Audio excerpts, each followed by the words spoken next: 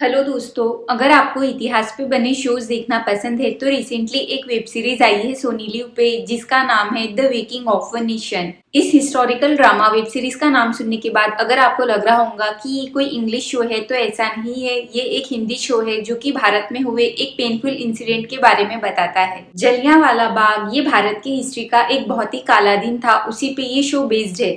इसके बारे में मैं अगर आपको ब्रीफ में बताऊं तो जलियांवाला बाग ये अमृतसर के स्वर्ण मंदिर के पास एक छोटा सा बगीचा था, जहां 13 अप्रैल 1999 में एक सभा का आयोजन किया गया था जिसमें हजारों लोग आए थे। ये मीटिंग ब्रिटिश सरकार के द्वारा पास किए गए रॉलेट एक्ट का विरोध करने के लिए बुलाई गई थी, क्योंकि इस एक्ट के कारण ब्रिटिश सरकार किसी भी आम आदमी को बिना कोई मुकदमा चलाए गिरफ्तार करके जेल में बंद कर सकती थी। इस अपोज को रोकने के लिए ब्रिटिश ऑफिसर जनरल डायर ने अपनी फौज के साथ लोगों पे गोलीबारी शुरू कर दी, जिसमें बिना किसी हथियार के आए बूढ़े, बच्चे, औरतें और आदमी सहित सैकड़ों लोग मारे गए और हजारों लोग घायल हो गए, क्योंकि बाग के अंदर और बाहर जाने के लिए बस एक ही रास्ता था जिसे अंग्रेज सैनिकों ने ब्लॉक कर दिया था, जिस वजह से लोग अपनी जान नहीं बचा पाए। इस मामले की जांच करने के लिए एक हंटर कमीशन बनाई गई। तो इस जलियांवाला बाग की ही कहानी इस शो में हमें दिखाई गई है एक कैरेक्टर के थ्रू जिसका नाम है कांतिलाल साहनी, जो कि विदेश से पढ़ लिख कर आया हुआ एक वकील है। और जब वो इस मामले की तह तक जाता है तो उसे मालूम होता है कि ये तो एक साजिश है,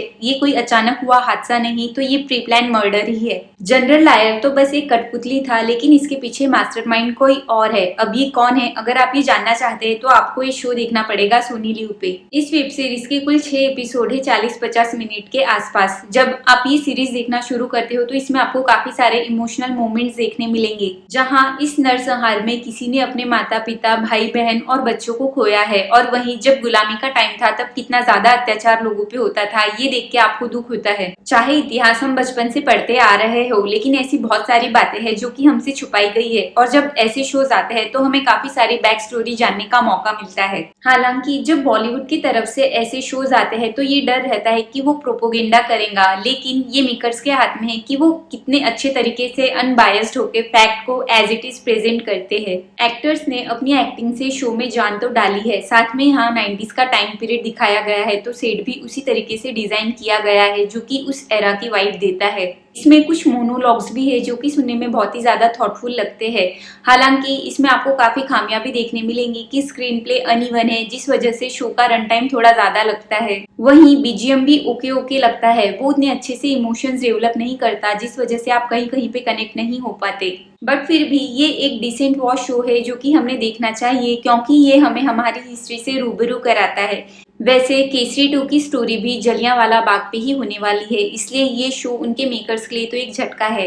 एक लाइन है, शेरों को जब तक उनका खुद का इतिहासकार नहीं मिलेगा तब तक शिकार का इतिहास शिकारियों का महिमा मंडन ही करेगा, जो कि बिल्कुल सही भी लगता है। इसलिए आप ये शो देखो और कमेंट सेक्शन में बताओ कि कैसा लगा। तब तक के लिए बाय, और मेरे चैनल को लाइक, सब्सक्राइब और शेयर जरूर करो।